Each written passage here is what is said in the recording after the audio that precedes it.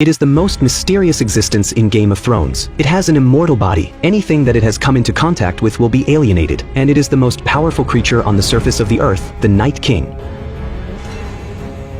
After lying in wait for thousands of years, the Night King finally began his plan to wipe out humanity. However, every move of his was known by Bran, the current three-eyed raven. So Bran asked the Maester to write a letter, sending everything he had seen to the Citadel, hoping that with their prestige, the Seven Kingdoms could be united to fight against the Night King. However, after reading the letter, these old Maesters regarded the legendary army of the dead as a laughingstock for amusement. Only Samwell Tarly beside them firmly believed it, because he had witnessed it with his own eyes at the Fist of the First Men. Sam tried to get these people to pay more attention, but the words of an unknown nobody like him carried no weight at all. Facing the choice between the survival of humanity and the dream he had been chasing all his life, Sam chose the former. So he secretly took several books about the White Walkers that night and left with his wife, intending to go to Winterfell to help Jon Snow. Although Jon Snow was not the first person to discover the White Walkers, he was the first to stand up and gather humanity to fight against the Night King. In order to find powerful allies and dragonglass that could kill the White Walkers, Snow accepted the invitation of the Imp and came to Dragonstone Island.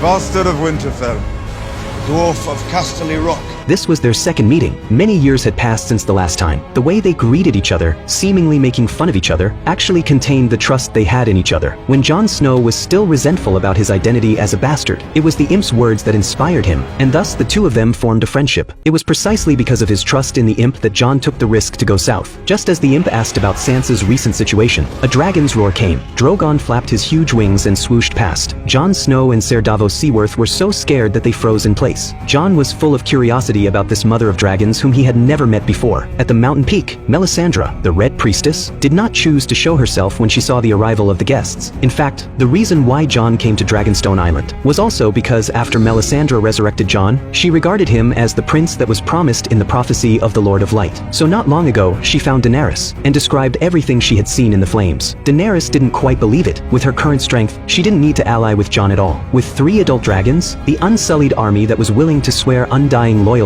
and countless fleets, she could overthrow Cersei's rule overnight. But the Imp beside her strongly recommended it. Daenerys didn't insist and agreed to this request, and Melisandre also completed her last mission, making ice and fire meet.